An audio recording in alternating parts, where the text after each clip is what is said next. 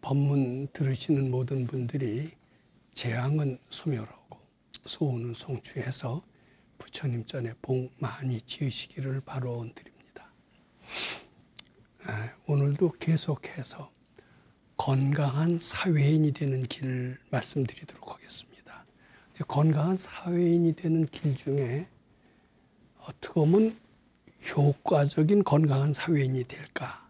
오늘은 재앙의 원인을 알고 재앙 소멸 방법을 아는 것, 이것이 건강한 사회인이 되는 가장 중요한 길이다라고 생각을 해서 오늘은 건강한 사회인이 되려면은 재앙의 원인 그리고 소멸 방법을 알아서 실천을 해서 재앙이 없도록 하는 것이 건강한 사회인이 되는 가장 중요한 핵심 요체다. 이런 말씀 드리고자 합니다.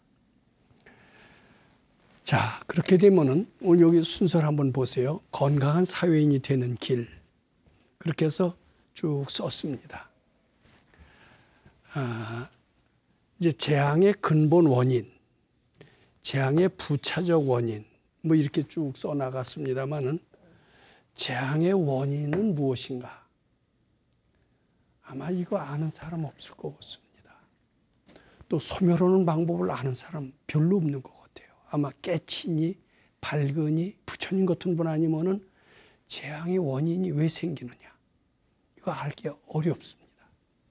근데 그 원인은 여기 자신이 조물주이기 때문이다라는 것이 정답이고요. 자신이 정말 조물주인가 하는 것을 먼저 설명드리는 것이 매우 필요하다. 이렇게 생각을 합니다. 기독교에서는 조물주가 하나님이라고 얘기를 하고 우리는 피조물이라고 얘기를 합니다. 그럼 불교에서는 어떻게 생각하느냐? 불교는 어떠한 그런 창조론을 가지고 있느냐? 여기에 대해서 많은 사람들이 의문을 갖습니다. 근데 그 의문에 대해서 기독교는 뚜렷이 답이 있죠. 하나님이 만물을 창조하사.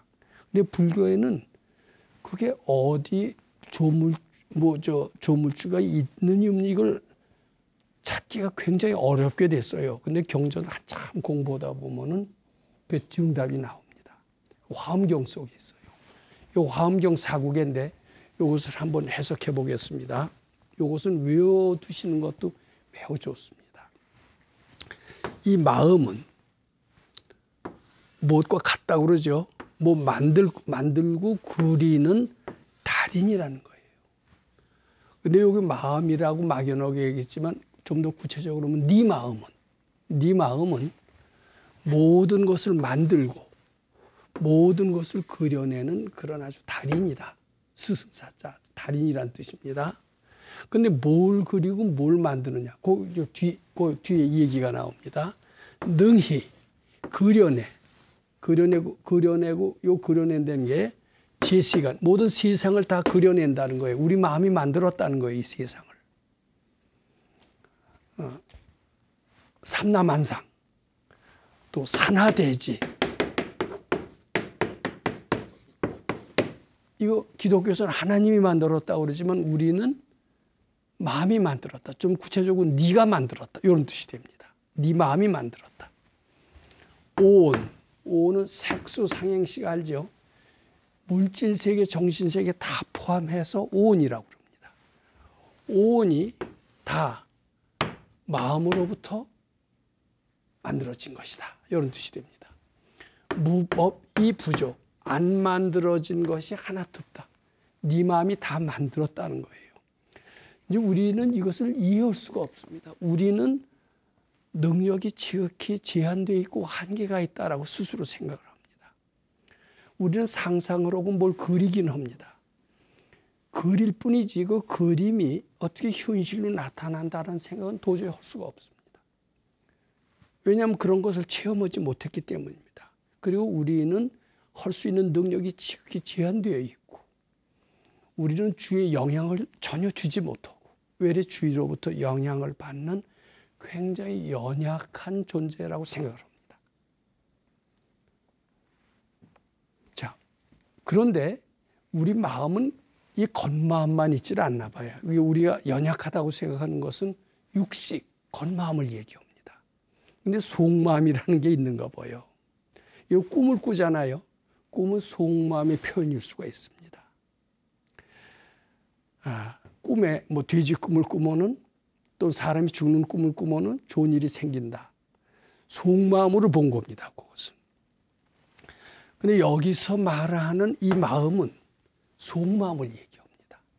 소위 유식학자들이 얘기하는 칠식 또는 팔식을 얘기합니다. 이 속마음은 다 만들어내. 조물주처럼 만들어내고 그려낸다. 그려내는 그대로 또 현실이 됩니다. 마술사입니다. 조물주입니다. 세상의 모든 것 다 그대들의 잠재의식이 만들어냈느니라. 부처님은 아마 이렇게 얘기하시는 것 같아요. 무의식이 만들어냈느니라. 이렇게 얘기합니다. 정신세계, 물질세계 다 만들어냈느니라. 안 만들어낸 건 하나도 없느니라. 눈에 띄는 거, 귀에 들리는 거, 입으로, 코로 냄새 맡는 것. 모든 것 다 네 작품이다. 가족 있잖아요. 아버지, 어머니 있죠. 난 아버지한테서 태어났다라고 생각합니다. 부모 밑에서. 근데 알고 보면 부모, 형제, 자매도 네가 만들었다라는 게 부처님의 가르침이에요. 이거 좀 이해가 잘 안 되죠. 근데 속마음이 만들어냈다면 속마음이 무언가 그런가 우리는 이런 생각을 합니다. 이게 다 만들어냈다라고 하면 이 우주 삼라만상 이런 모든 것들은 나의 작품입니다. 그렇게 알게 된다고 가정합시다. 우리가 언젠가 수도를 해서 그렇게 깨닫게 됐다라고 가정합시다. 소위 깨달음이라는 것은 무엇이냐? 이런 구절이 실감을 느끼는 그런 경지. 이거 깨달음의 경지다. 이렇게 얘기를 해야 됩니다. 이거 실감 느끼지 못한다면 자기가 조물주라는 것을 실감을 느끼지 못하면 깨친 게 아니에요. 피조물이라고 생각하고 연약한 존재로 생각하고 우리의 능력은 한계가 있다라고 생각을 하고 고생은 면할 수 없다 이렇게 생각하는 한은 깨달은 사람이 아닙니다. 깨닫게 되면 이 세상은 바로 내 거예요. 그러니까 내 거니까 어떤 기분이 드느냐 하면은 이런 말 들어봤어요. 천지는 동근이고 만물은 한 몸이다. 일체입니다. 모든 것은 다 내가 만들어낸 작품이다. 좀 더 보편적으로 얘기한다면 부처님 작품이다. 내 마음의 불성이 만들어냈다. 이렇게 얘기해도 됩니다. 이런 삼라만상도 만들어냈고 운명도 내가 만든 겁니다. 운명도 만들어냈고요. 모든 자연 법칙. 자연 법칙 굉장히 많잖아요. 자연의 비밀이 많잖아요. 난 비밀 모른다 그러죠. 알고 보면 다 내가 만들었다. 인과응보 법칙. 그 부처님이 만든 게 아닙니다. 바로 내가 만들었다. 이렇게 돼야 됩니다. 잘 믿어지지 않지만 깨치니, 밝으니, 도인이 그러셨다니까 우리는 믿어보고 또 믿어보고 한번 실천해보자라는 겁니다. 자, 그러면 재앙이라는 것은 그 원인이 무엇일까? 재앙이 없어야 돼요.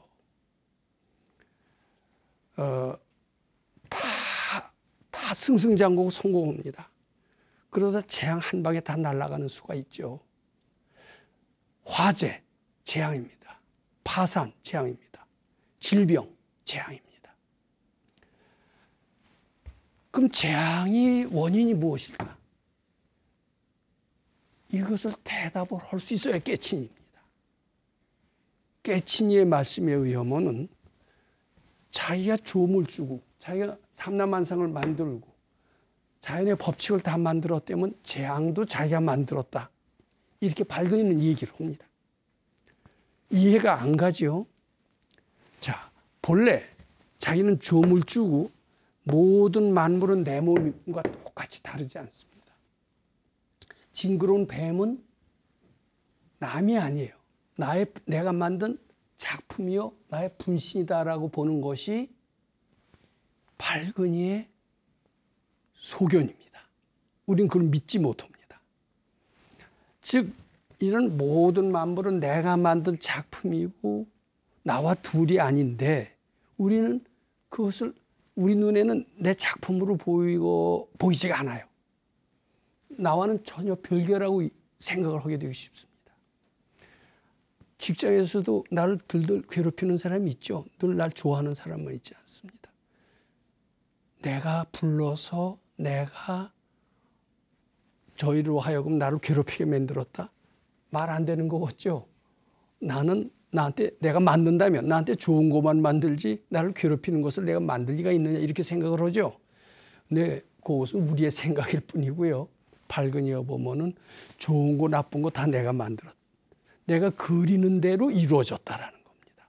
그러니까 만물이 된 내 몸과 하나와 똑같은데 다른 걸로 보는 거예요. 다른 걸로 보면서 나쁘다, 언짢다, 뭐 지겹다 이렇게 판단을 하는 거예요. 판단을 하면서 내가 판단하면 내가 조물주이고 전지전능하기 때문에 그대로 되는 거예요. 나쁜 이름을 짓고 그것의 실행을 하는 게 바로 나입니다. 그럼 그것이 재앙의 형태로 와요. 그 재앙 누가 만들었어요?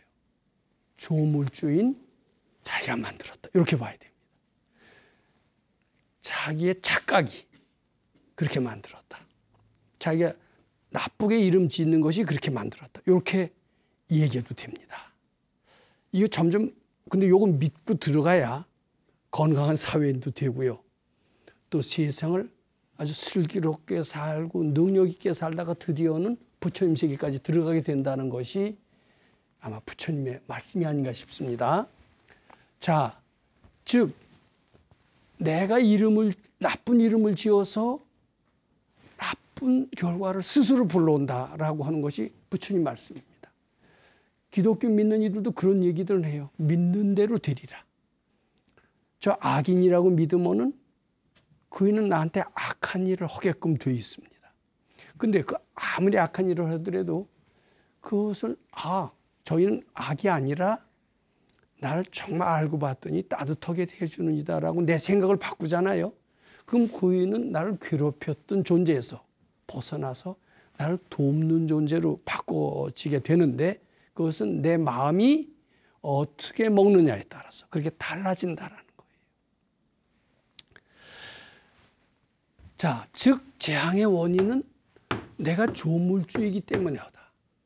내가 그리는 대로 그대로 결과가 이루어진다. 그리는 대로 그대로 결과가 이루어지는 것을 세상에서는 인과의 법칙이라고 한다. 인과의 법칙은 틀림없이 진행이 된다. 이렇게 얘기를 합니다.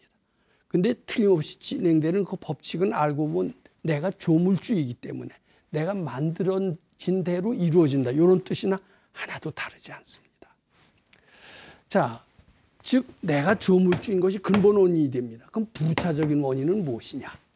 이제 현실 문제와 관련시켜서 우리 구체적인 재앙의 부차적인 원인, 이것을 한번 살펴봅니다.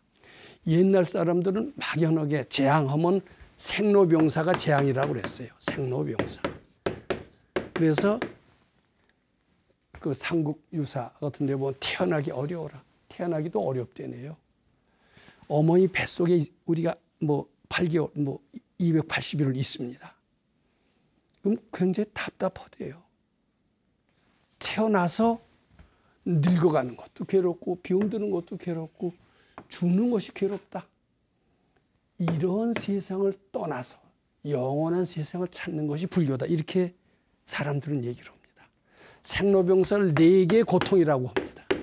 4개의 고통 이외에도 또 고통이 많아요. 8개까지 된대요. 사고, 팔고 이런 얘기를 합니다. 근데 사고, 팔고는 좀 요새 현대인들한테는 추상적이에요. 요새인들은 생로병사 같은 것은 고통으로 치지도 않아요. 병의뢰 있는 거고. 근데 요새 사람들한테 고통의 종류를 얘기하라 그러면 아마 대개 이렇게 얘기할 겁니다. 요새도 빈곤은 고통이죠. 병은 여전히 고통이에요. 또 고통은 남한테 무시당하고 천대받고 좌천되고 직장에서 잘려나가고 요거 경천이라고 이름 붙여봅시다. 요것이 현대인들이 느끼는 거의 공통적인 고통의 세 가지 모습이다. 이렇게 얘기를 합니다. 근데 이 빈곤은 대개 남이 거 훔치는 그 과보, 즉 탐심이 원인이 되는 수가 많다고 합니다. 또 비용은 진심, 경천은 남 무시한 것은, 자기가 무시당하는 것은 내가 무시했기 때문이고, 무시한 것은 내가 잘났다라는 뜻인데 그건 치심이 원인이라고. 즉 탐진치가 3대 재앙의 원인이에요. 근데 이것을 좀 더 간단히 얘기한다면 이 탐진치를 요약해서 뭐라고 그러냐면 애증이라고 그럽니다. 사랑의 자, 증. 사랑하고 미워하는 마음이 탐진치를 낳고 탐진치가 이런 재앙을 불러온다. 이렇게 봐야 됩니다. 우리 승찬 스님의 신신명을 공부하신 분들이 있을 겁니다. 신신명은 중국에서 가장 많이 수지 독송한 핵심적인 부처님의 가르침이라고 얘기를 합니다. 우리나라에서도 신신명을 성철 스님, 청담 스님 다 강의하셨고 아주 참선하는 분들은 신신명을 참 수지 독송하시고 외우십니다. 지금 해국 스님 같은 분 신신명 강의하시고 이러는데 부처님의 가르침의 핵심이 다 있어요. 신신명이 뭐라고 그러냐면 단막 증애하면 사랑과 미움만 없으면 그런 표현이 나옵니다. 통연 명백하리라. 모든 것을 다 해치고 자유로워지리라. 이런 표현이 나옵니다. 자유로워지고 싶다면 사랑과 미움을 버려라. 근데 자유로워지는 데도 도움이 되지만 이런 재앙에도 이것이 원인이에요. 근데 여기 사랑하고 사랑하는 맛에 세상 살잖아요. 자, 부부가 살더라도 물에 물 탄 듯이 뭐 이렇게 살면은 어떨까요? 이혼합시다 이렇게 되겠죠. 요새 요새 그런 얘기가 있잖아요. 사랑한다는 말 한마디에 임영웅이라는 가수가 불렀죠. 사랑의 맛이 살잖아요. 그렇잖아요. 다 녹는다 이런 얘기인데 부인하지 못합니다. 소설은 사랑을 그리는 소설, 미움을 그리는 소설이 주류를 이루고 있습니다. 사랑과 미움을 떠나서 더 무엇을 우리 부영화를 그리는 것도 다 사랑에 속합니다. 그렇죠? 네. 자, 이게 말하자면요. 사랑하고 미워하는 것은 우리의 본능이라고 해도 됩니다. 즉 사랑과 미움 속에 우리는 중독이 되어 있고 빙의가 되어 있다라고 이렇게 봐도 됩니다. 부처님의 마음은 사랑과 미움이 떠난 것이 부처님의 마음입니다. 즉 이런 중독성 세계, 술 취한 세계, 꿈속의 세계, 이제 애증이라는 것은 술 취한 세계, 꿈속의 세계, 빙의된 세계나 마찬가지고 이것을 벗어난 세계는 꿈을 깬 세계, 빙의된 데서 벗어난 세계, 그것을 의미합니다. 자, 재앙의 부차적인 원인까지 내가 얘기를 했어요. 그런데 이제 과학이 점점 발달해요. 점점 발달하니까 이제 먹고 사는 것이 그렇게 큰 문제가 덜 됩니다. 우리 과학이 발전하고요. 과학기술, 또 의학, 이게 동시에 경제 발전이 돼요. 경제 발전은 머리를 잘 쓰기만 하면은 돈 버는 또는 이런 방법이 나오는 지혜, 이것이 이제 경제 발전의 원리가 됩니다. 이렇게 되니까 의학이 또 상당히 발달해서 암 같은 게 점점 난치병이 줄어들고 이렇게 되니까 사람 수명이 점점 늘어나요. 그래서 근래 와서는 빈곤 문제도 그렇게 큰 문제로 덜 됩니다. 병 문제도 그렇게 큰 문제가 덜 된다라고 그래요. 물론 아직도 병도 있고 빈곤도 아직도 꽤 있습니다. 특히 저 아프리카나 사실 인도도 내가 한 2번 가봤습니다만은 참 네팔 참 어렵게 살더라고요. 어렵게 살고 우리 흔옷만 있어도요. 여기서는 안 입죠. 버리죠. 흔옷을 그렇게 구하려고 그래요. 아직도 빈곤이 있지만 그래도 그전보다 대한민국에서는 훨씬 빈곤의 문제는 덜합니다. 저하고 가끔 상담하러 오시는 분들이 있어요. 빈곤 문제 별로 상담 안 해요. 병도 상담 안 해요. 어쩌다 하신 분도 있죠.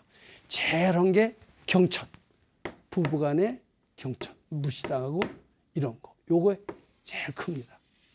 근데 이제 점점 이게 과학기술이 발달하고 의학이 발달하고 이게 이제 쭉 나가다가 이제 4차 산업혁명 시대가 옵니다. 4차 산업혁명 시대. 뭐 인공지능 혁명 시대라고 얘기해도 됩니다. 이때 되면은요, 과학기술, 의학기술 다 발달해서 이 빈곤이나 비용은 먹고 사는 걱정은 별로 없어질 것 같아요. 근데 인간이 점점 소외가 돼요. 기계의 지배를 받아요. 이 경천은 그때도 영원히 끝나지 않을 겁니다. 이 경천의 재앙, 여기에 대한 해법을 내놔야 됩니다. 종교에서 내놓든지 각종 수련에서 내놓든지 여기에 대한 해답을 내놓지 않는 한은 해탈이니 구원이라는 구호만 가지고 그것은 너무나 저 세상으로 가는 그 마지막 순간에만 있는 것이지 현실을 잘 사는 것이 또 종교의 중요한 사명 중에 하나가 아니겠어요? 그러려면은 특히 경천의 재앙을 어떻게 소멸하느냐, 그 원인을 얘기할 수 있어야 되고 그것을 해소할 수 있는 대안을 내놔야 됩니다.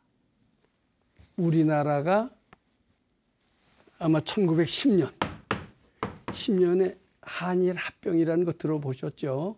일본한테 뺏겼어요. 1905년에 외교권만 뺏겼어요. 이걸 을사보호조약이라고 합니다. 외교는 일본이 해라 그랬었어요. 그러다가 1910년에는 외교권이고 국방권이고 다 뺏어서 일본이 가져갔습니다. 조선이라는 것은 아주 지도상에서 사라지고 말았습니다. 조선이 아니라 대한제국이었죠. 이것은 사라졌어요. 그러다가 어떻게 우리가 운 좋게 우리의 힘으로 해방이 된 건 아닙니다. 1945년 해방이 됐죠. 요 36년간이라고 그러는데 일본한테 완전히 경천을 당했어요. 경천. 물자를 착취당하고 많은 독립투사들이 죽음을 당하고 일본 경찰들한테 많은 독립투사들 고문을 당하고 정말 경천의 극치가 우리 한일 합병이다 이거예요. 그 원인이 무엇일까? 경천의 원인. 대표적인 경천입니다. 그거 아는 사람 없는 것 같아요. 근데 그 똑같은 경천은 지금 티베트 사람들이 중국한테 당하고 있는 거나 똑같습니다. 저는 티베트를 한번 가본 적이 있습니다. 티베트 사람들 참 선량해요. 근데 선량한 티베트 사람들 중에서 군데 중국 사람들이 딱 폼 잡고 서 있는데 눈도 마주치기가 겁나게 쫙 짜려보는 것 같아요. 그때 한때는요 티베트 들어가기 어려웠습니다. 특히 스님들은 티베트를 몰래 들어가려고 그랬었는데 스님들은 절대 더 못 들어가요. 왜냐하면 독립투쟁을 할 것 같아서. 많은 승려들이 10만인가가 학살을 당했습니다. 중국에 의해서. 그리고 지금 다라이라마가 적어놓은 게 지금 그 티벳의 그 땅에다가 무슨 원자력 폐기물을 해서 자연보호를 완전히 말살시킨다는 거예요. 이게 경천을 그렇게 당하죠. 우리나라도 일본한테 경천을 당했습니다. 근데 우리 밝은 선지식의 말씀에 의하면은 우리가 일본한테 당한 것도 다 원인이 있다는 거예요. 우리 조상들은 외놈 하면 발톱의 때만큼도 알지 않고 무시를 했다는 거예요. 우리가 무시를 하니까 일본한테 그렇게 당했다라는 거예요. 근데 지금도 또 우리 일본 오면 이를 갈죠. 이를 갈아요. 지금은 괜찮게 생각해요. 지금도 또 무시하고 원망하면 또 과보를 받겠죠. 예. 즉 우리 사례를 하나 들어보면 일제 강점기에 36년의 경천, 대표적인 경천의 사례입니다. 그렇죠? 원인을 안 되면 해소 방법도 좀 나올 듯하죠.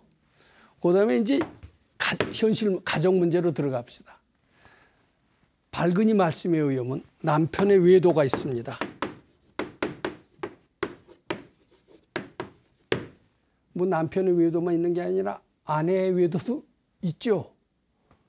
외도는 경천의 대표적인 한 예가 됩니다. 왜 남편이 외도를 할까? 외도하는 것만큼 여자 자존심 상하게 하는 게 있을까요? 없을까요? 없죠. 경천의 극치입니다.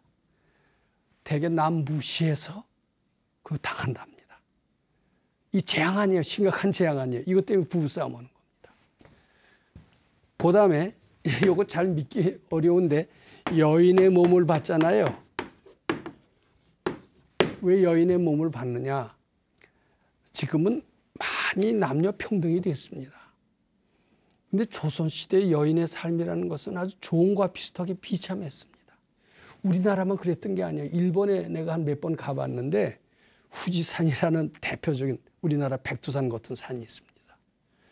거기 100년 전만 하더라도 여자는 못 올라갔대요. 그런 거룩한 산에 여성 같은 그런 천한 족속은 못 올라가.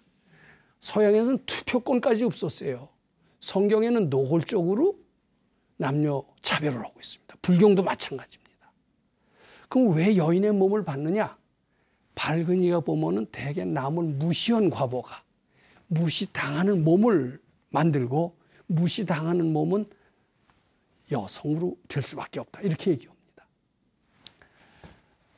이게 다 경천의 고통에 속합니다. 근데 이제 직장으로 들어갑니다.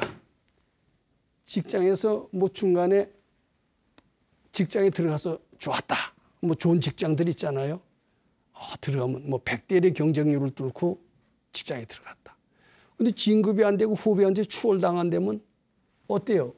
아이 뭐 100대 1의 영광은 순식간에 사라지고 나오는 사람들 많아요. 더군다나 잘려요. 그 고통이 굉장히 아마 심할 것 같습니다. 그 직장. 근데 직장뿐만 아니라 이제 이런 것들은 다 가정 이제 이런 건 이제 사회대 직장에서도 아주 그 춘대받고 이런 사람이 있어요. 사람에 따라서. 그리고 심지어는 해고당하고 보상도 잘 못 받고 그렇게 됩니다. 기타 여러 가지 참 그 불평등 사례가 굉장히 많습니다. 제가 1987년에 한국 교수 불자 연합회, 한국 교수들의 불자, 교수 불자 연합회라는 단체를 만드는데 참여한 적이 있었습니다. 이게 첫 해 사업이 뭐였느냐 하면은 이게 상층부로 자꾸 올라가잖아요. 이 상하를 따지는 것 자체가 좀 이상합니다만은 소위 고급 공무원, 뭐 상급 이상의 공무원, 그리고 대학에서도 대학 총장들 대부분 기독교인들입니다. 고급 공무원으로 올라갈수록 대부분 기독교인들입니다. 국회의원들 중에서도 불자 국회의원들보다도 기독교 국회의원들이 많습니다. 즉 나라를 움직이는 대부분의 사람들은 불교세보다는 굉장히 기독교세가 큽니다.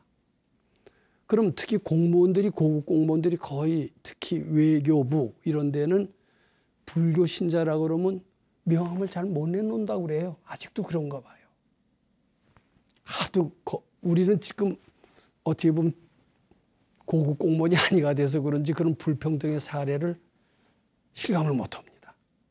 그런데 고급으로 올라갈수록 그걸 많이 느끼고 불교 신자임을 내세우지 못하고 그리고 실제로 불교가 굉장히 불평등한 대접을 받는 것이 현실입니다. 그래서 그때 교수 불자연합회에서 노태우 대통령 시절이었는데 그 사례를 쭉 적어서 대통령한테 탄원서를 낸 적도 있었습니다.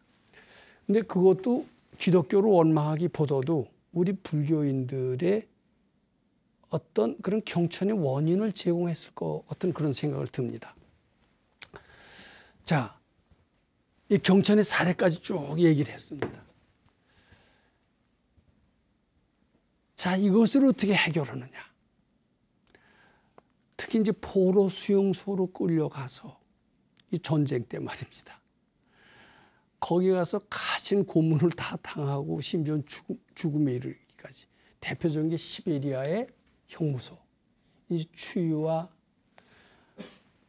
허기진데 이런 거 다 해서 많이 죽어나가거든요. 또 수시로 구타. 이거 참 막 지옥 같은 그런 삶인가 봅니다. 이게 다 경천의 과보예요. 경천. 근데 이게 다 남을 무시하고 학대하고 공부하는 사람들끼리는 갑질해서 퇴타심 내서 부처님께 멀어지게 한 그 과보라는 거예요. 자, 그럼 이것을 어떻게 해결하느냐? 이게 참 중요합니다. 저는 종교에서 이 경천의 극복의 사례를 얘기를 하고 어떻게 그 원인을 얘기하고 어떻게 극복하는 방안을 얘기해서 그 신자들로 하여금 경천의 고통에서 벗어나서 행복하고 자유로운 삶을 살게 할 수 있느냐, 이것을 제시할 수 있어야 된다라고 생각합니다. 요새는 특히 불교 수행 중에서도 화두참선이 점점 뒤로 밀리고 명상이 대세를 이루고 있어요. 명상하면은 행복해지고 자유로워진대요. 근데 아무리 행복하고 자유로워진다 하더라도 마음은 편하죠. 근데 집안에 들어가서 뭐 남자라면 마누라한테 무시당하고 또 직장에 가면 잘리고 이렇다면은 그 명상이 완전히 행복하게 해주는 근본 치유법이 될 수가 없어요. 마음도 행복해지지만 동시에 이 재앙을 소멸하는 것이 매우 필요한 겁니다. 특히 현대인들은 뭐 생로병사 이런 추상적인 재앙보다도 경천의 재앙, 여기서 벗어난 길이 정말 명상을 완성하게 하고 수도를 빛나게 하고 진정한 수도의 길이 무엇인가를 알게 하는 것이 아마 될 겁니다. 단순히 명상이 좋다, 참선이 좋다, 뭐가 좋다 이렇게 해서는 안 됩니다. 경천에서 벗어나는 길을 제시할 수 있느냐, 이게 굉장히 중요합니다. 경천을 그럼 어떻게 하면 벗어날까? 아까 얘기했지만은 그 원인이요. 원인이 우리는 애증, 즉 탐진치, 이것이 재앙의 원인이라고 얘기를 했습니다. 여기에 취해 있어요. 취해 있으면서 꿈속에서 살고 있어요. 꿈을 깨는 가르침, 꿈을 깨는 가르침이야말로 재앙을 소멸하게 하는 가르침이다. 이렇게 봐야 됩니다. 꿈 깨는 가르침이 어떤 것일까? 명상 한참 하다 보면 꿈이 깨질까? 참선을 한참 하다 보면 꿈이 깨진다고 하는데 그 꿈 깨지는 원리가 뭘까? 꿈 깨지는 원리를 바탕으로 한 그런 가르침으로 인한 수행, 이런 수행이라야만이 꿈을 깰 수가 있고 꿈을 깸과 동시에 재앙에서 벗어날 수 있다. 이렇게 얘기하는 것이 타당하지 않겠느냐라는 겁니다. 이제 내가 알기로는 꿈을 깨려면은 꿈이 사실이 아니라 착각으로 알아야 꿈에서 벗어날 수가 있습니다. 이것이 진실이라고 하는 한은 거기서 벗어날 수가 없어요. 아, 내가 여기 빙의 되어 있구나. 내가 여기에 푹 빠져 있구나. 그것을 스스로 깨닫는 길이 거기서 빠져 그 수렁의 늪에서 빠져나오는 첫걸음이다. 이렇게 얘기해도 아마 틀림이 없을 것 같습니다. 그런 가르침이 어떤 것이냐. 나는 그것이 재앙의 소멸 방법, 금강경의 실천 수행이다. 이렇게 말씀드리고자 합니다. 그럼 금강경 가르침에서 꿈 깨는 그런 어떤 요소가 있느냐, 특징이 있느냐, 이렇게 되물으실 수 있죠. 금강경의 사람들은 뭐 금강경에 이런 구절이 나옵니다. 일체유의법이 여몽환포영이며. 근데 그 구절이 뭐 금강경에만 있는 게 아니라 비슷한 구절이 뭐 다른 데도 있고 많이 있어요. 또 유명한 철학자도 그런 비슷한 얘기도 했어요.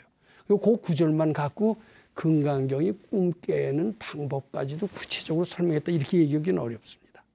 근데 금강경을 잘 읽어보고 슬기롭게 해석하신 분들은 금강경 속에서 이 현실이 참이 아니라 꿈과 같은 것이고 그 건강형을 자꾸 실천하면은 그 꿈인 줄 알고 꿈의 부자위에서 벗어나서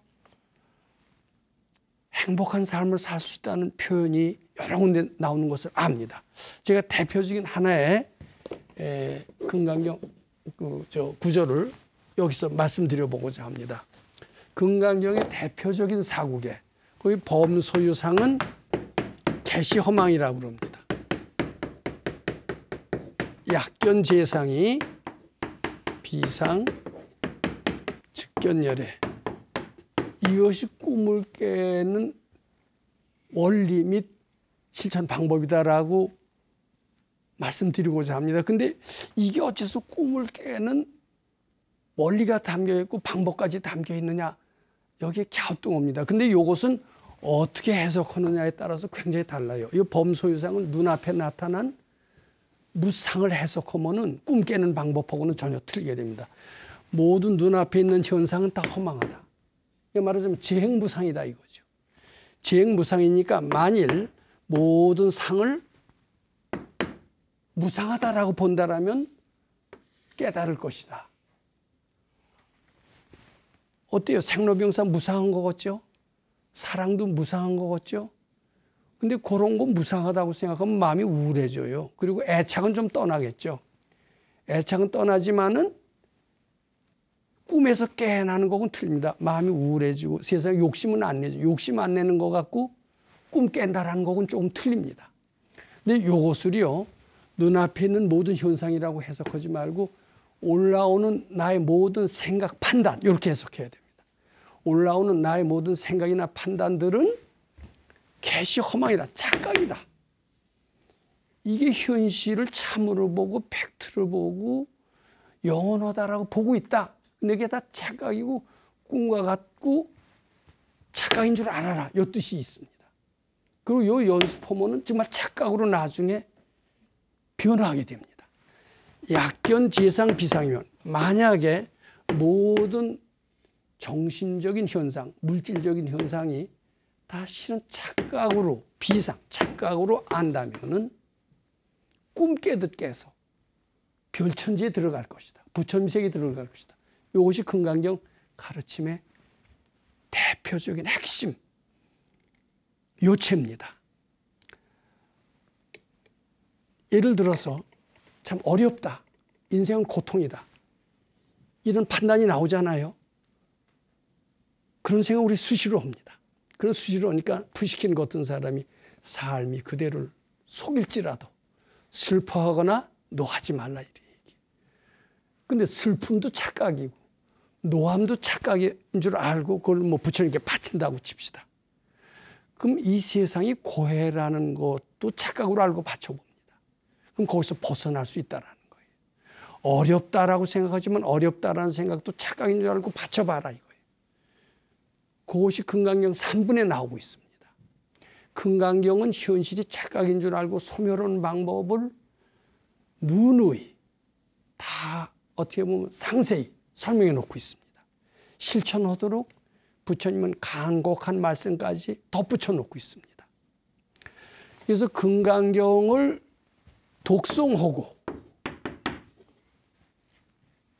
또 실천을 해요. 착각인 줄 알고 바치고 실천하고 부처님 마음이 되는 연습을 자꾸 하게 되면 모든 고통, 빈곤을 포함해서 병, 경천 이러한 모든 고통이 착각인 줄 알고 거기서 벗어나서 자유롭게 된다는 이야기입니다. 이것은 부처님의 가르침, 특히 금강경 가르침 속에 있는 유일한 재앙을 소멸하는 방법이 된다. 이렇게 말씀드리고자 합니다. 재앙이 있으면 건강한 사회인이 될 수가 없어요. 잘 나가도 김우중 씨처럼 한 방에 날아갈 수가 있습니다. 병의 중도에 다 끝날 수 있습니다. 화재가 나서 파산이 돼서 다 날아갈 수가 있어요. 재앙이 없어야 됩니다. 유능한 사람이 되고 사회 지도자가 되려면은 건강해져야 되듯, 병이 없어야 되듯, 능력이 있어야 되듯, 제일 중요한 것이 재앙이 없어야 됩니다. 재앙이 없으려면 재앙의 원인을 알아야 되고 소멸 방법을 알아야 되고 그것이 부처님의 가는 길의 길목이라는 것까지 알게 된다면 재앙이 축복이라는 것까지 알게 된다면 건강한 사회인이 더 빨리 될 것입니다. 지금까지 말씀드리는 것을 간단히 한번 정리해 보도록 하겠습니다. 재앙이 왜 생기느냐? 우리가 만들어서 생기는 겁니다. 저절로 오는 게 아닙니다. 우리가 조물주이기 때문에 그렇다는 겁니다. 조물주라는 표현은 화엄경의 대표적인 사고계 속에서 나왔다 이런 얘기를 했습니다. 내가 재앙이라고 이름을 짓기 때문에 재앙이 되는 겁니다. 나쁜 거라고 이름을 짓기 때문에 나빠지는 겁니다. 좋다라고 이름을 지으면 좋아진다라는 겁니다. 근데 그런 재앙 중에서 특히 경천의 재앙은 아주 심각하다. 앞으로 4차 산업혁명 시대에 가면서 경천의 고통, 이것은 가장 시급한 해결의 문제가 될 것이고 모든 종교에서는 여기에 답해야 된다. 이거 답하지 못한다면 종교가 쓸 자리가 없어질 것이다. 이런 말씀드립니다. 그런데 부처님의 가르침, 금강경의 가르침 속에서 이 재앙의 원인을 상세히 분석하고 그것의 소멸 방법까지 제시를 했고 수많이 그것을 실천한 사람들로 하여금 모든 재앙의 고통에서 벗어나서 행복해짐은 물론 건강한 사회인이 되는 그런 신뢰가 있었다. 이것이 오늘 말씀드린 건강한 사회인이 되는 길, 이것의 총정리다 이렇게 말씀드리고자 합니다. 감사합니다.